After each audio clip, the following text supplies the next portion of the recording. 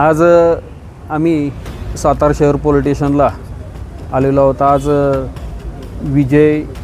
विक्रम विजय घुले असा एक व्यक्ती होता। यानं काल मोबाईलच्या स्टेटसवरती, व्हॉट्सअपच्या स्टेटसवरती काही असा वेगळा मजकूर लिहून त्याच्या खाली लंगड्या असा शब्द लिहिला होता। त्याला नक्की कुणाला उद्देशून हा शब्द म्हणायचा होता माझ्या लक्षात आलं नाही, म्हणून मी प्रत्यक्ष त्याला फोन करून विचारलं, बाबा लंगड्या कोणाला म्हटलास तू?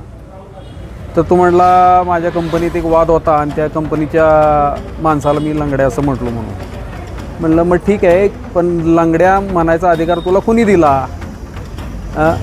एखाद्या दिव्यांग व्यक्तीला तू लंगड्या या नावानं संबोधित करून त्याची मानहानी करणार आहेस, त्याला थोडक्यात सामाजिक तेढ निर्माण करण्याचा प्रयत्न करायचा अधिकार तुला कोणी दिला?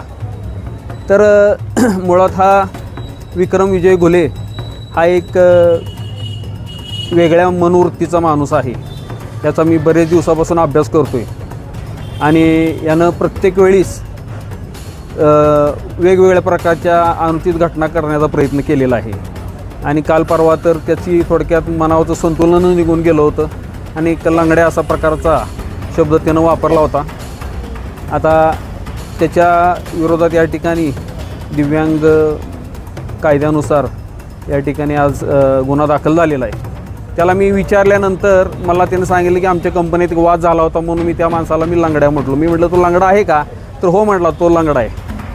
म्हणजे त्याला माझ्याकडून वाचायचं होतं, पण तो वाचला माझ्याकडून, पण अडकला तिसरीकडं। कारण तो दुसऱ्या लंगड्या व्यक्तीला सुद्धा जर तो दिव्यांग व्यक्तीला जर लंगड्या म्हणत असेल तर त्याची मनोवृत्ती काय लक्षात येत असेल तुम्हाला? या संपूर्ण घटनेमध्ये कुठं तुम्हाला राजकीय अँगल असल्याचं वाटतं का? नाही, राजकीय अँगल नाही। हा माणूस जो आहे ना, हा मुळात काय आहे माहिती आहे का, की माझी मिसेस नगरपालिकेच्या इलेक्शनला उभे असल्यापासून याचं जरा वेगळेच वर्तणूक चालू आहे। याचं नाव आहे विक्रम विजय घुले। पहिल्यापासून वेगळी वर्तणूक चालू आहे। आम्ही म्हटलं लहान पोरगा आहे, जाऊ दे, आज सुधरल, उद्या सुधरल, मग सुधरल, पण त्याच्यात काय बदल घडला नाही आणि अक्षरशः शेवटची पातळी म्हणजे त्यानं थोडक्यात जेव्हा माणसाची बुद्धी चालत नाही ना तेव्हा त्याचे हातपाय चालतात, तशातला प्रकार झाला आहे त्याचा चालू बघा आता। आणि काय नाही, मला 100% खात्री आहे पोलीस प्रशासन आपल्याबरोबर आहे। त्याच पद्धतीनं कायदा किंवा न्यायव्यवस्थेवरती सुद्धा माझा पूर्ण विश्वास आहे। त्याच पद्धतीनं भविष्यात असलेल्या या मनोवृत्तीविषयी अगदी राज्य पातळीवरचे दिव्यांग हक्क आयोग असतील, राष्ट्रीय पातळीवरचे दिव्यांग हक्क आयोग असतील किंवा आपले सातारा जिल्हा दिव्यांग कल्याण अधिकारी असतील, या सगळ्यांच्याकडून या माणसाची थोडक्यात अशा प्रकारच्या मनोवृत्तीची दखल घेतली जाणार आहे।